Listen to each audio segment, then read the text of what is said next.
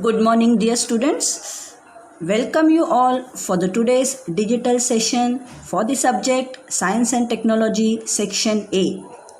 Today, we are going to begin with a new chapter number 4, Effects of Electric Current.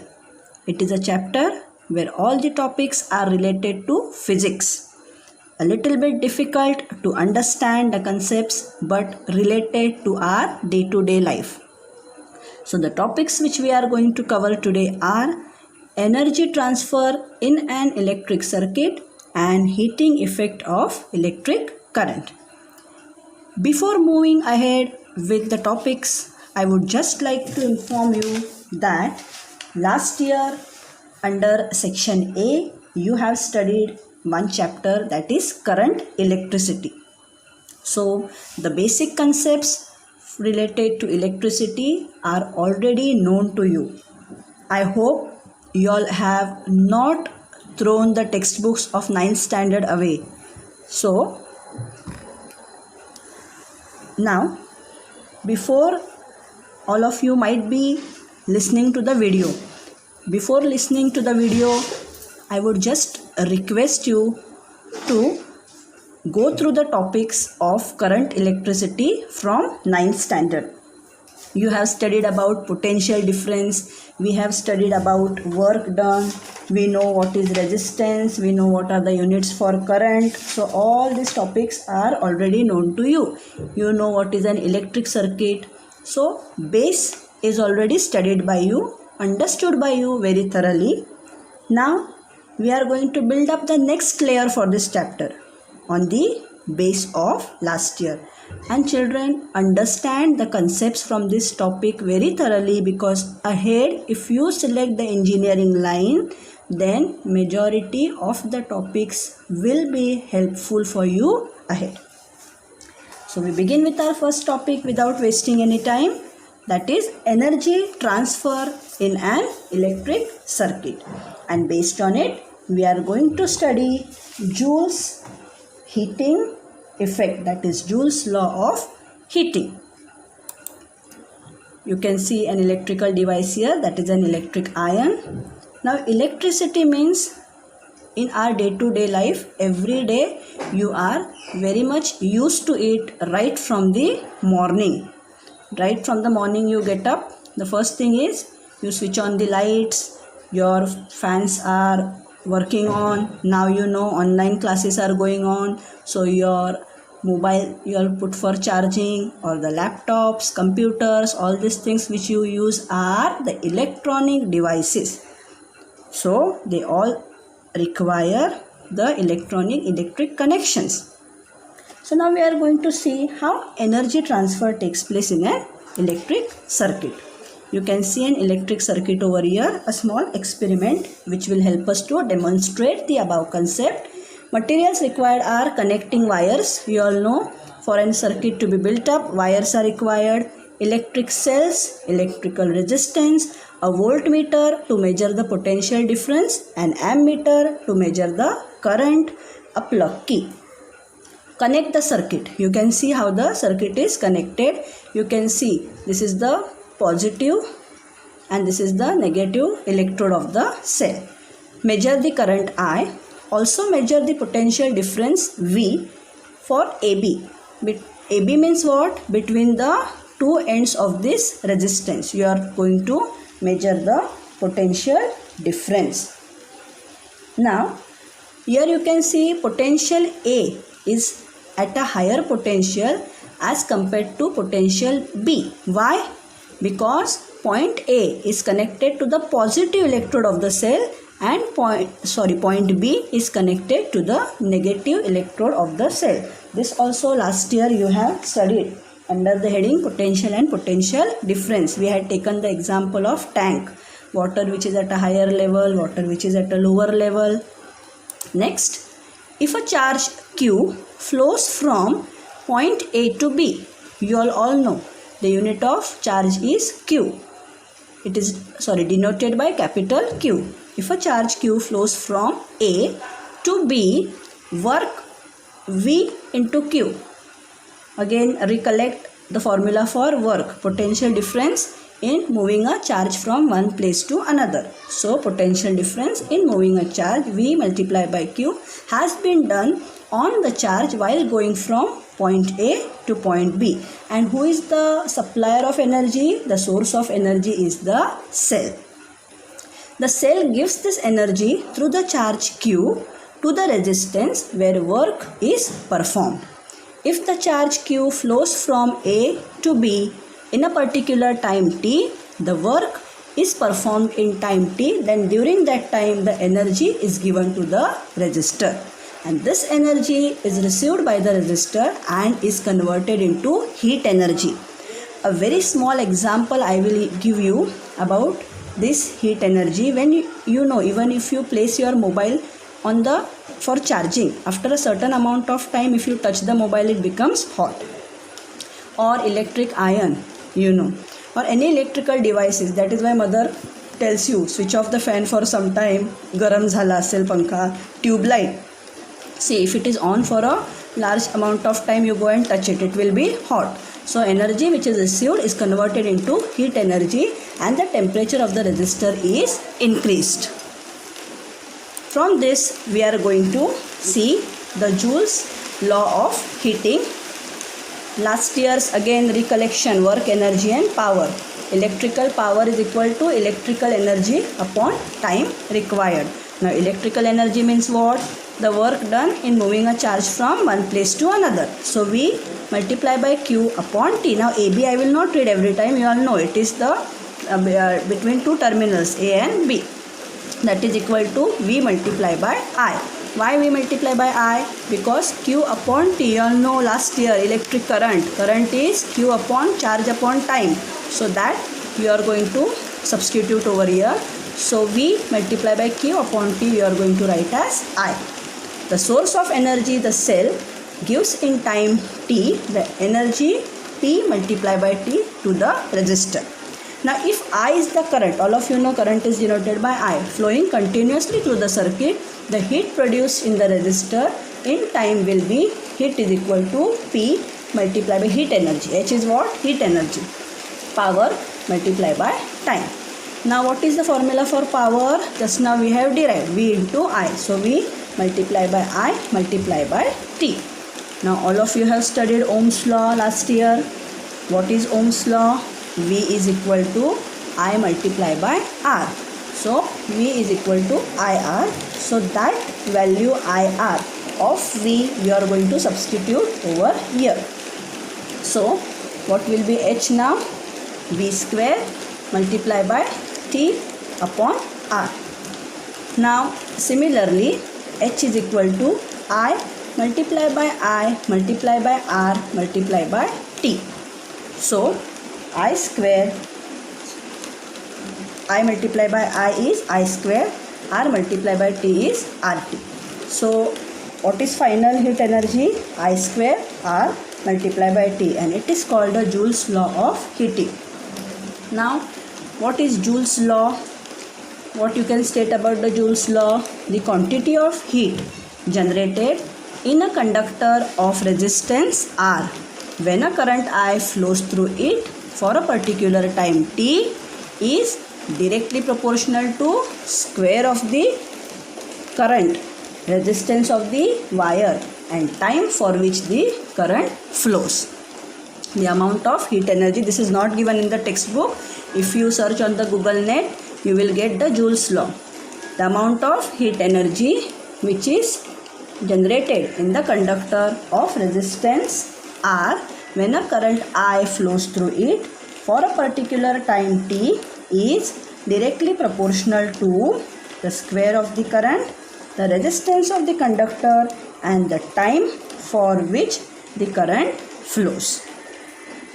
So here we have seen what is Joule's law of heating and the amount of heat energy which is generated in the conductor. So different types of questions can be asked over here. You have to study the formula. It will be useful to apply while solving our numerical examples, and also you have to keep in mind the formula for power. You have to know the Ohm's law. So all this, see, you can see all the topics are linked with each other. So whatever you have studied in your lower classes, you should not just ignore it. You should keep on revising. Every year whatever you are studying is just an addition to your previous knowledge.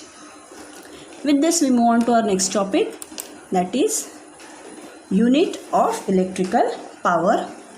Power is potential difference multiplied by current.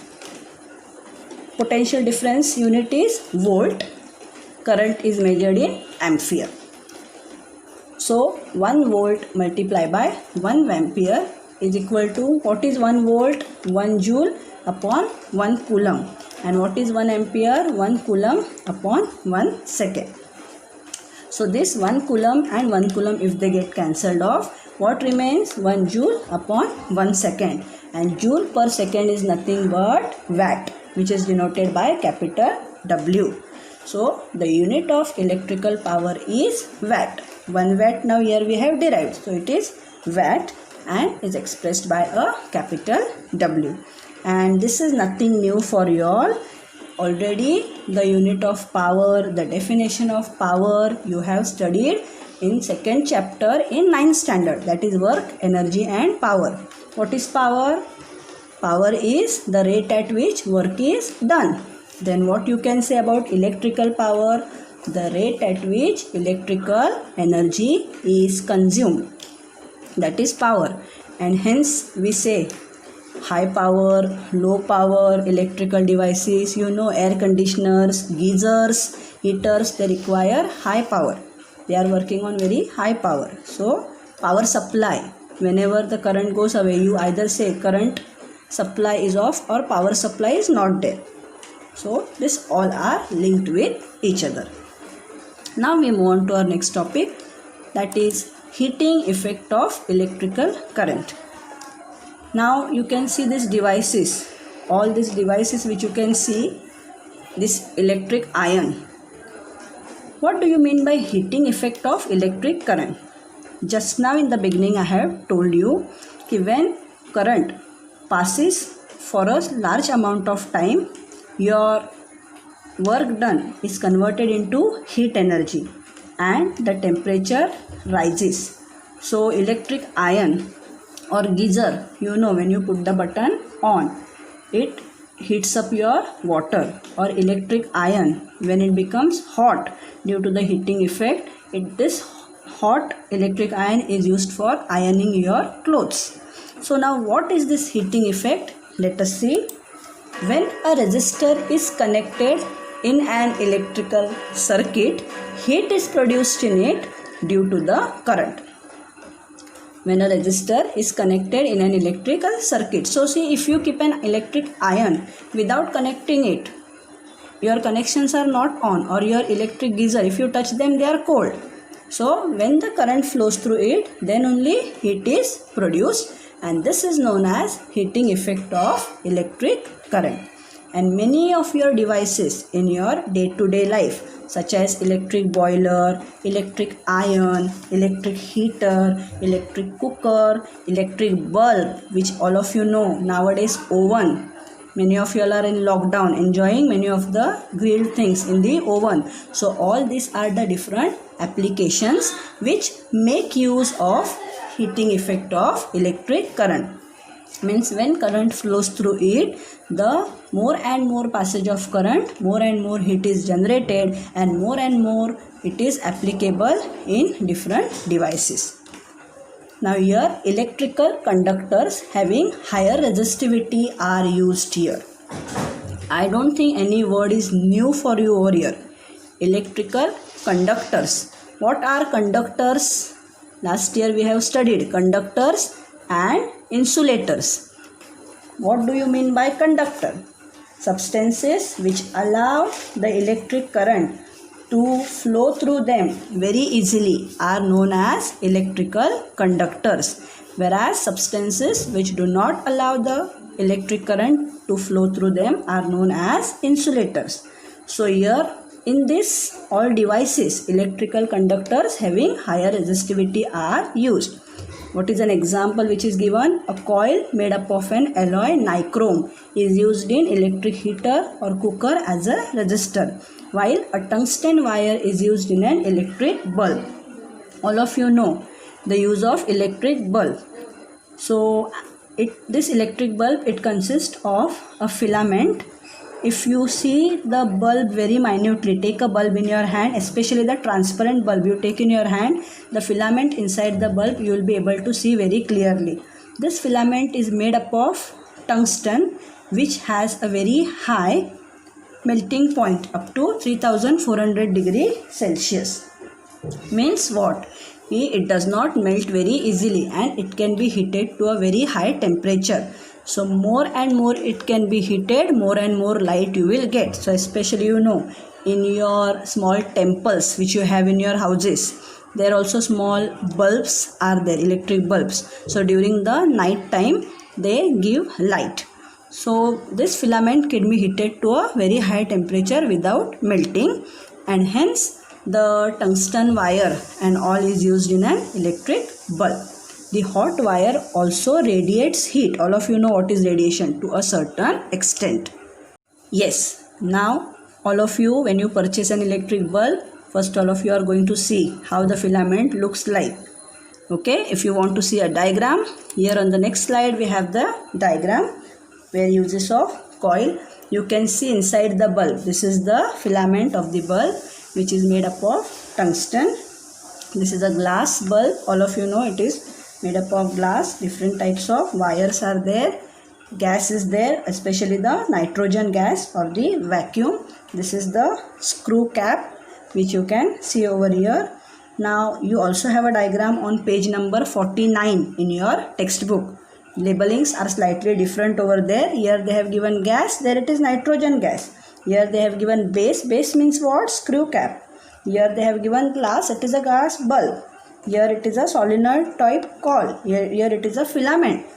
So all these labelings you have to go through thoroughly, because in the exam they can give you a plain diagram. Such diagrams are expected in the exam. So they can give you a plain diagram and they will give you the they can ask you a question, label the given diagram of an electric bulb, and they will show you arrows and give you boxes. So in that particular boxes you have to give proper labels. Not only that, they can ask you various questions based on it, on which effect the above application works, which filament is present inside that electric bulb, why that particular filament is used. So when you are studying a particular topic, if you study it thoroughly, any type of question I tell you, you will be able to answer in the exam. If you know heating effect of electric current, first question you can answer. On which effect? It is based on heating effect of electric current. Which filament is used? Mostly tungsten is used as the filament. Why that particular filament is used? Because it can be heated to a very high temperature. So more and more light can be emitted. So see, direct questions won't be asked in the exam. Such type of questions will be asked where you have to apply the concept, you have to apply your logic.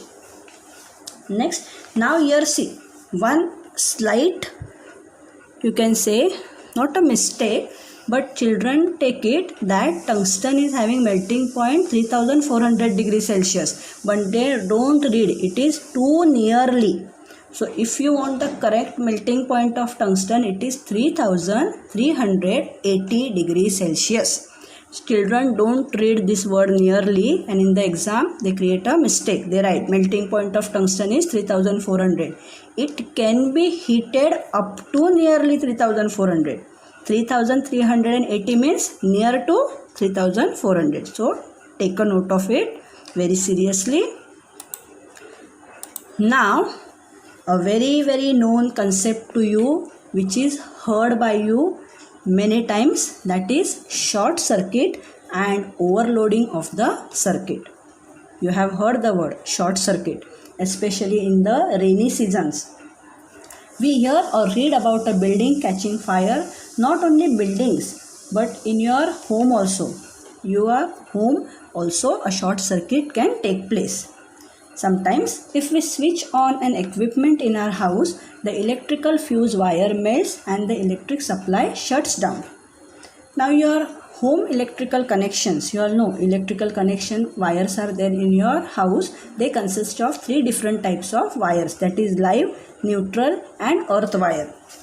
Now children, in the March 2020 exam, this entire paragraph they had given and different questions were asked on it for 3 marks. The first question asked was, which are the 2 wires having potential difference 220 volts? So which are the 2 wires, live and neutral wires, have potential difference of 220 volts. Then they had asked what is short circuit and how a short circuit can be prevented. Now, how many types of wires are there? Live, neutral and earth wires are present in our houses. The live and neutral wires have potential difference of 220 volts. Again, I don't think this topic is new for you all, because last year on page number 43 in your 9th standard textbook, under the heading Domestic Electrical Connections, I had taught you about these 3 wires, but later on in the reduction of syllabus that particular topic was omitted, but I have taught you. So all of you know which are the 3 different types of wires, that is live, neutral and earth wires. The live and neutral wires have potential difference of 220 volts. The earth is connected to ground. All of you know that the earth wire is connected to the ground. Why? Because that earth wire, if more and more current flows through the metal, it will directly flow to the ground and the user will be prevented from getting an electric shock. Due to a fault in the equipment, or if the plastic coating on the live and neutral wires give away, due to a fault in the equipment, sometimes your equipments become faulty because of use of it again and again, or if the connections in the house are loose, or if the plastic coating on the live and neutral wires give away. You all know what is actually the wire. Last year in 9th standard I had told you, I had shown you in the class also. The actual wire which you touch is not the wire, it is the insulation of the wire which is made up of plastic.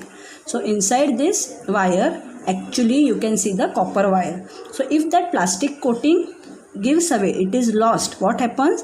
You are exposed directly to the wire, and if it is live wire then you know surely current flows through it. So if the plastic coating on the live and neutral wires give away, these 2 wires and they come in contact with each other, a large current flows through it producing heat. You all know that large amount of current flowing, then large amount of heat will be produced. And in such a case, if any inflammable material such as wood, cloth, plastic or any matchbox, or you have diyas near in your temples in your house, small temples which are there, so if they exist around that place, it can catch fire, and therefore a fuse wire is used as a precautionary measure. This also use of a fuse you have studied in the 9th standard in the chapter current electricity. What is the use of fuse wire? It is made up of a metal which is having a very low melting point. What is the use of fuse wire? It is used to protect the domestic appliances. It is made up of a mixture of substances and has a specific melting point. What happens if for some reason the current in the circuit increases excessively? The fuse wire, it will get heated up, and due to the low melting point, it will melt down and break the circuit at that particular point, and further your appliances will be saved from getting damaged. So it is said that a fuse wire is used as a precautionary measure. As soon as the high current flows in a circuit, see, each and every electric circuit has a particular limit to hold the current. If this current exceeds, the fuse wire will melt and break the circuit. So once the circuit is broken, what will happen? The current will not travel further and your electrical appliances will be saved from getting damaged. So thus a fuse is a very important device in your house. it is called as a precautionary measure. It is called as a one which saves your electrical appliances. Now, our next topic is short circuit and overloading. Now, this overloading especially is seen in the summer season. You all know in the summer season the climate around you is very hot.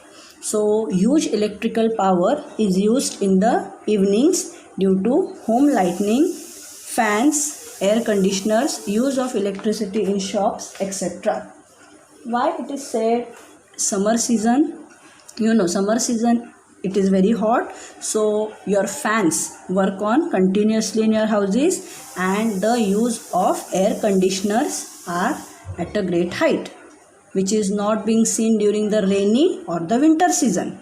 Consumption of air conditioners is not seen in the winter season or rainy season. So particularly in the summer season, and in May you have your May vacations, so use of electrical ovens also increase, or mother prepares ice creams, so all these things, use of electrical refrigerator and all is increased. So what happens, there is a load on your circuit.